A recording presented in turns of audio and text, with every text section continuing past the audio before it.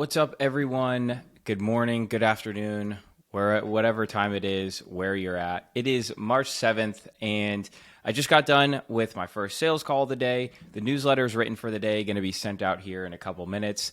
But I wanted to do something a little bit different today.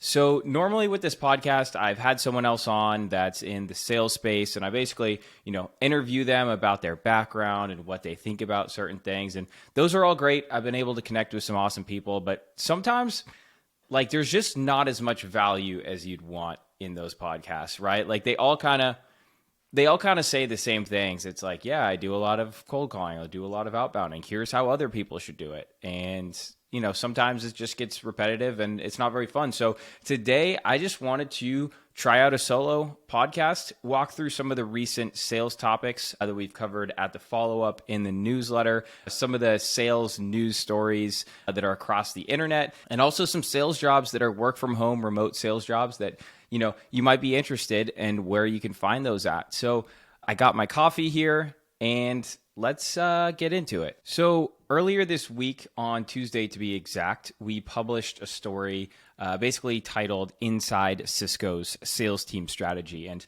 it's an interesting story. Basically, the VP of Worldwide Sales at Cisco in 2020 put out a memo that they were basically changing the way that they're going to sell to their customers. So Cisco really got its name and became, a successful company because it sold hardware solutions to massive enterprises. Basically, these hardware solutions would, they were network solutions, so they'd allow computers to talk to other ones. They were routers, they were all of the hardware that a big enterprise would need. And basically their sales process was that they'd have killers. They're really known for their sales team, and they're kind of known sometimes as having a bad rap of being a cutthroat environment of do whatever you possibly can to get this deal.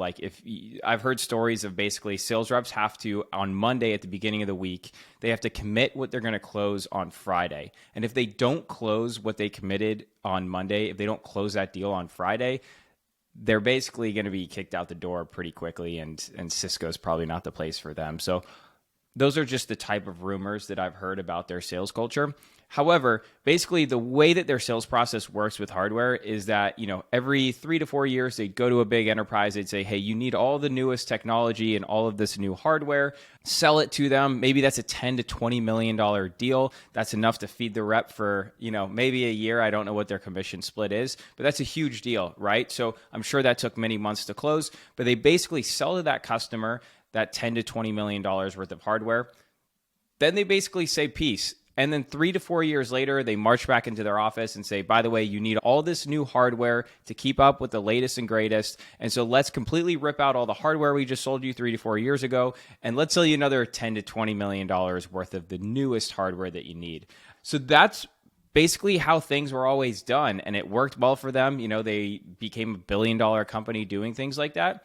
But in the mid-2000s, with software basically taking over everything, they've made 245 acquisitions of different software companies. So they're no longer just a hardware company. They're a software company. And the difference with software is basically you can roll out a whole new feature set or product within a matter of days, right? So if you buy Cisco software, one day it could handle all of your accounting, and then next day they could push out a feature and now it handles all of your HR. So it's a much different sales process. So basically, the summary of what this story was about is basically, instead of selling a massive deal to them, waiting a couple years, coming back in there and trying to sell it again, they have to always be talking to the customer, right? So they have to figure out what their needs are, what they're struggling with. They're basically always in communication with them, and they always need to let them know what the new features are. So let's say someone bought Cisco, in that example I gave, let's say someone bought a Cisco accounting software. This is just hypothetical. I don't even know if they have accounting software, but let's say they bought Cisco accounting software.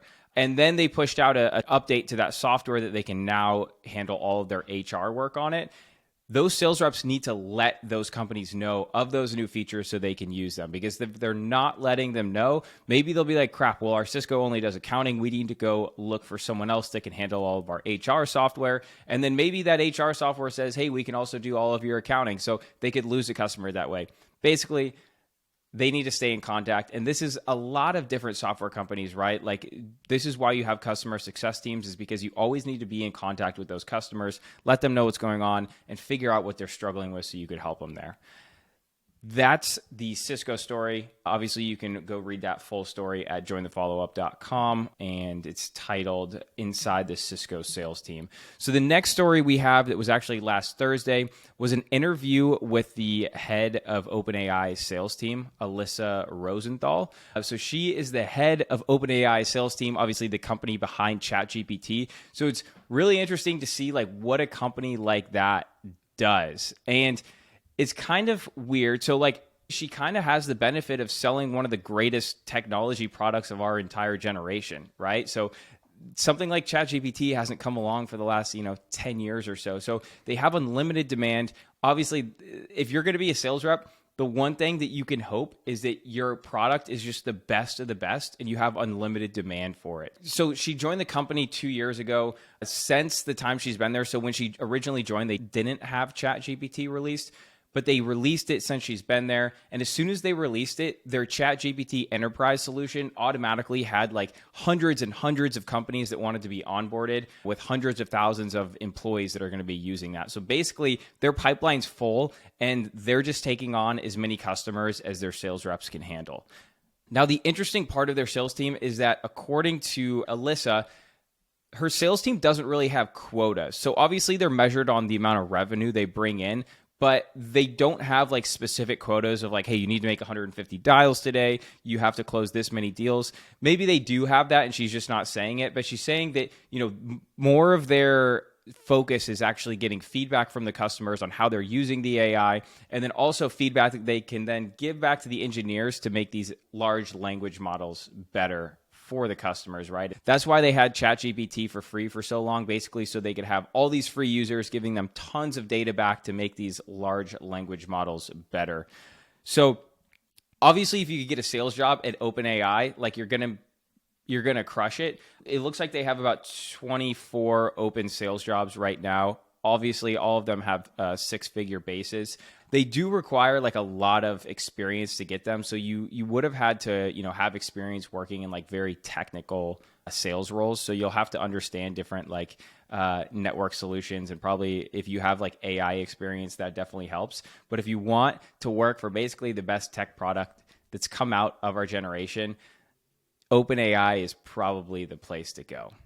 Next, I just took a look at some of the remote sales jobs or work from home sales jobs that we had in our newsletter, and two of them really stood out. So one of them is the associate renewals manager at GitLab. GitLab is basically just another arm of GitHub. Working for GitHub would be super cool. Basically what all of these engineers use in their day-to-day. And the associate renewals manager basically just means that you're renewing customers at the end of their contract. So you don't have to go out and hard sell or find new customers. You're basically just helping renew customers, and I believe you get a commission for it. So if you're looking to go into sales and not do a lot of direct selling or outbound selling, associate renewals manager is probably a great title for you. The second one that I had or that I saw and looked interesting to me was this customer success manager at Circle. And Circle is basically like an online community platform. So if you wanted to create, let's say, like an online community of stock traders, you'd go to Circle, you'd set up a community, and you'd invite all your community members there. So this customer success manager is in charge of helping those users, use the product to its fullest. And online communities are a very hot topic right now. So I don't know if you've seen School, SKOOL, Alex Hormozy just invested in it, and it's all over the place. It's another community platform. Circle would be a competitor, but online communities are all the rage right now. So if you're looking for sort of like a good industry or product to go into, and you're not looking to do hard selling, this customer success manager role would be pretty sweet. And if you want to take a look at these, they're in the newsletters of the last couple of days, and you can find both of those at jointhefollowup.com, and then just click on the recent newsletters. Lastly, here we have the sales news of the week. So these are actually from the last 2 weeks, and We have some pretty interesting stuff here. So the first topic that we have here, our first story that we have is that 18 door-to-door salespeople are suing Grit Marketing for unpaid commissions. So they're basically saying that Grit Marketing owes them commissions for sales that they closed, and they haven't gotten those commissions. And some of those commissions were upwards of six figures. So these aren't like, $5,000, $10,000 payouts. These are literally six figures that they say that they're owed. I think the more interesting part of this is Grit Marketing. If you go on their Instagram or any social medias, they're very MLM type looking. I'm not saying they're an MLM, but they're very like cutthroat of like, we're sales warriors, that whole kind of like shtick of like, we're going to make you a better man. But the actual business model behind Grit Marketing is they basically recruit all these sales reps. They train them with their, awesome sales training. And then they go out to other pest control companies, and those other pest control companies will hire those third-party sales reps from Grit Marketing as basically commission-only sales reps. So they're basically like a recruiting agency that places sales reps in different pest control companies. They don't actually own the pest control companies.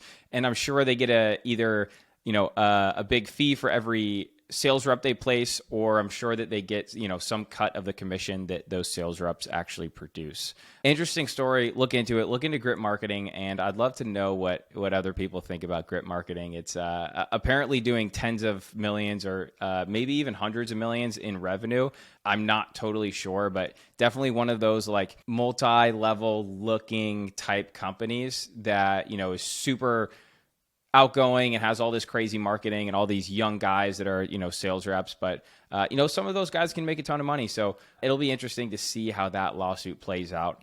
Next story we have here is that some real estate brokers are basically sneaking in mystery fees into the deal. So let's say you go to closing and all of a sudden there's this like administration fee in your closing docs. And it's like, yeah, you also owe $700 in administration fees. And at the time of closing, when you're buying a $500,000 house or something in that regard, an extra $700, although like $700 is a lot of money, at the time of closing, $700 is just like, oh yeah, it's just another fee, because you're like so used to paying thousands or tens of thousands or hundreds of thousands of dollars in all of these fees when you're buying that house. So they're just kind of sneaking in these administration or transaction or regulatory compliance fees, and they're getting away with it. So if you're looking to buy a house, make sure that you actually go down the line items and ask what these fees are for, because basically real estate agents will say, hey, look, I did do a lot of admin work, so I'll throw in a $700 administration fee, and then people pay it just because it's already in there. Next story we have is a sales rep on Reddit is saying that if a cold call is going too well, it's probably because you're not speaking with the decision maker.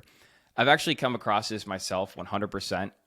When making cold calls, when you make a cold call and they're like, oh yeah, we actually are looking for a solution like that. And yeah, like maybe we should set up a time next week. And then you figure out that like they don't really have any say over it. And then you email them and they're like, oh, sorry, I still need to check with my boss if we're looking for this. I've come across this 100 times.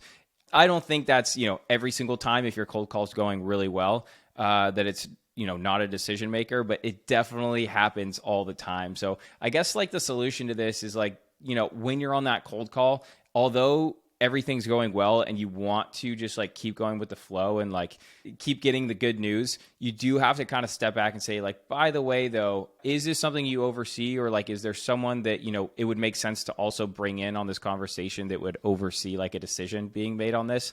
But I just thought that was funny. Last story we have here is something that's kind of sad. It's basically a sales rep with 12 years of experience. He's hit President's Club multiple times. He's hit Rookie of the Year multiple times. He's always crushed quota. But basically in a role he's in right now, he says he has an absurd quota and he's facing getting fired within the next couple of weeks if he doesn't hit that quota. And his big concern is like he has a wife who's a stay-at-home wife. He has 2 kids and he has a big mortgage. And he says if he can't get a new sales job within 6 months, he basically won't be able to pay that mortgage. His kids won't have health insurance and he's going to default on the house and basically go broke. So I think the lesson here is don't overspend. Like, don't let your lifestyle inflate to more than, you can really afford. Like, if you were to lose out on 6 months of pay and it would completely bankrupt you from your lifestyle, you're probably living too large of a lifestyle. Like you probably have too many payments. You're probably in too much debt. You probably have, car payments or expensive childcare or eating from Whole Foods, all of this stuff. That's probably what the biggest takeaway here is. Like sales is, yes, a cutthroat industry. It sucks that, all of your past, you could have crushed it for the last 10 years, and then you have 2 bad quarters and all of a sudden you get fired. That kind of stuff can happen, but that's just kind of the way of sales. Like we get paid very handsomely for, sometimes you could close a deal that's $100,000 that took you a week to close and you could get a 10K commission check. Like 10K for 40 hours a week or for 40 hours of work, like you're getting paid extremely well. Now, sometimes you go 6 months and not close a single deal and get 0 commission, but like that's just part of the game. So my takeaway from this is really, if you go completely broke within 6 months, if you lost your job, you probably have too many expenses and need to cut down on your lifestyle spending. So that's all that I have for today. Thanks for listening to me rant. This was fun. I want to do more like this. It's much easier to do this than, line up a guest and do all the research on them. And then sometimes it's a little disappointing at the end. So I had fun on this. If you enjoyed this, please drop a comment or like this. Really appreciate it. And of course, make sure to go to jointhefollowup.com and hit subscribe so you can get the newsletter every Tuesday and Thursday. Peace.